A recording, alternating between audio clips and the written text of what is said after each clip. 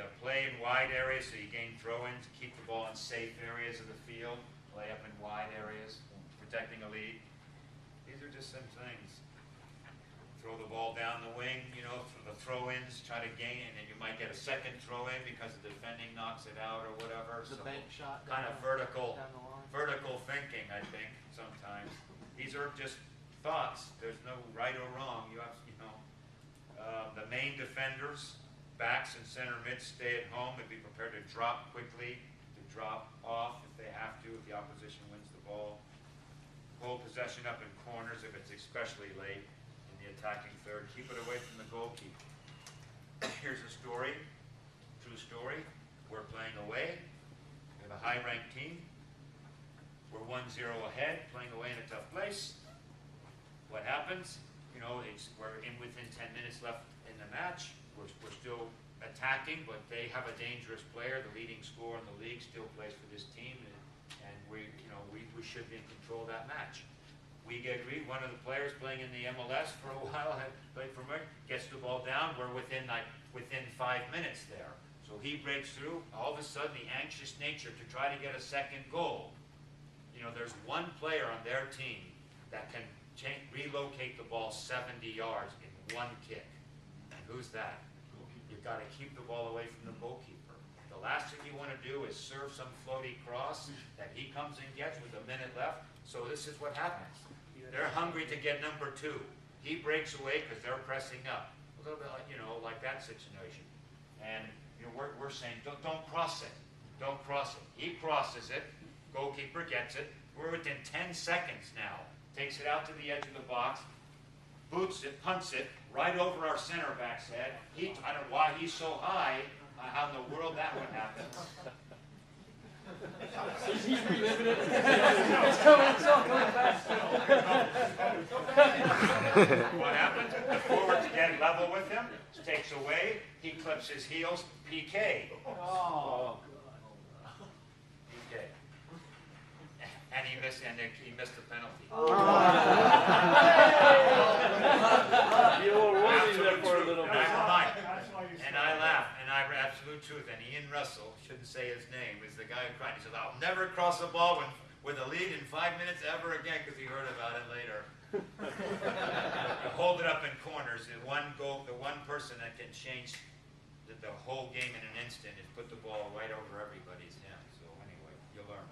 Hold the ball. Try not to cross to the keeper.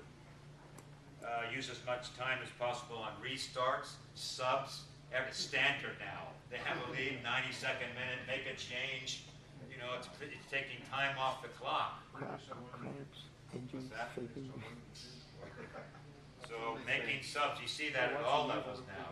Even all the top teams make a change, get rid of the game. What about using that with the youth rules where you can sub free? Well, they make a rule that, you know, if with a team that's ahead, subs in college, the clock stops. Yeah, that's a new rule. What is it, 10 minutes? Last 2 minutes. Anyway, all right, let's get moving on here. And defend with intelligence and skill and stop giving needless fouls and restarts away to the opponent. That's huge. You make fouls and giving them restarts, you're going to struggle. Quick comment on that. Yes. What about on offense, though? You lose the ball, you foul, you get back. In the attacking half, Attacking half. you upset the referee. Well, Yeah. you know, I mean, There's tactical fouls at the right time. as soon as you see a counter going, you stop the play. I have one for You that. got yellow, then you accumulate yellow cards and that player's out. I have one for that. I was in the state finals for the high school team. Player fouled the forward, fouled the center back. The center back launched the ball. We were winning 1-0. The kid kicks the ball 80 yards in the air. It's an indirect free kick.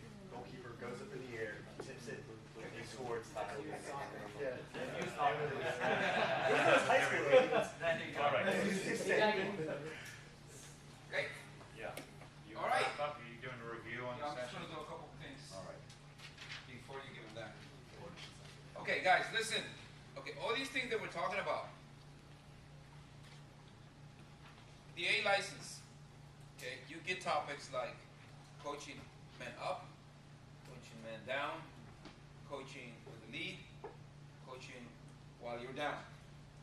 These are all situational scenarios that happen to all of us.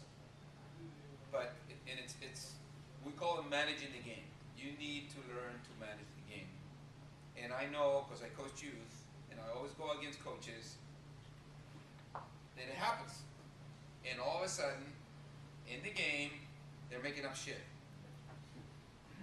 You know, they want to change their system, they want to add things, but I think we now, as B licensed coaches, A licensed, we should know better.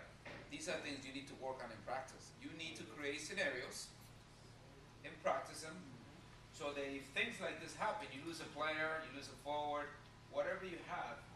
So all you have to do is, I'm sure, when Man City lost a player, they've worked on it, they've thought about it, who the sub is. This is not like, who do we put in? What do we do here? There's no time. So you got to do that. You got to, especially if you coach college, you have a little more time with your players, professional level, all these are the little things. There's no excuse why, at the last minute, you should be thinking in coaching in the game. All right, so these are just little things about managing the game and things like that. So, just something to think about. You know, something that you need to fabricate. And I know sometimes we have 16 players, sometimes we have 18 on our team, so you don't have 11v11, but you can still do it. You know, really quick. Yeah, Is it a question? Is it a comment? Just a statement, quick. During my coaching when I used to play, the coach said, your work as a coach is during the practices, during the week when you work with your players, not during the game. That's why. Okay, guys, I'm going to just review. So, for the purpose, actually, it ties into what Dean's doing, giving you your topic. I think it's very important. Okay, the whole week, it's a process, guys. So we have given you, how many? We've done 5 field sessions already, I think. Yeah. In 2 days. It's a lot of information. I have shown you a lesson plan here. I have shown you a sample lesson plan. Okay, so now it's time for you to do your thing. So what I'm going to show you, I'm going to show you just one last, I'm going to review the session I did, I don't know when. I'm just going to show you this one here, which was building out of the back. That was yesterday, right? Yeah. Okay, so if you remember, so this is your form. This is what you're going to use. All right? So basically, use one of the areas to give us some graphs, give us some numbers, give us some arrows, so that when we're looking at your session, it's easy to identify. Give us one line.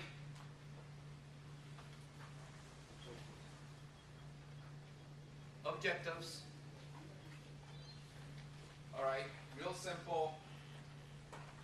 Okay, to teach backs, goalkeeper, back four, and centimeter to aggressively. Okay, and key coaching points: proper attacking shape, proper angles of support. Simple things, not bullet points. Okay. So, and then in here, I just put as a 4-3-1 versus a 2-3-2, and so on and so on.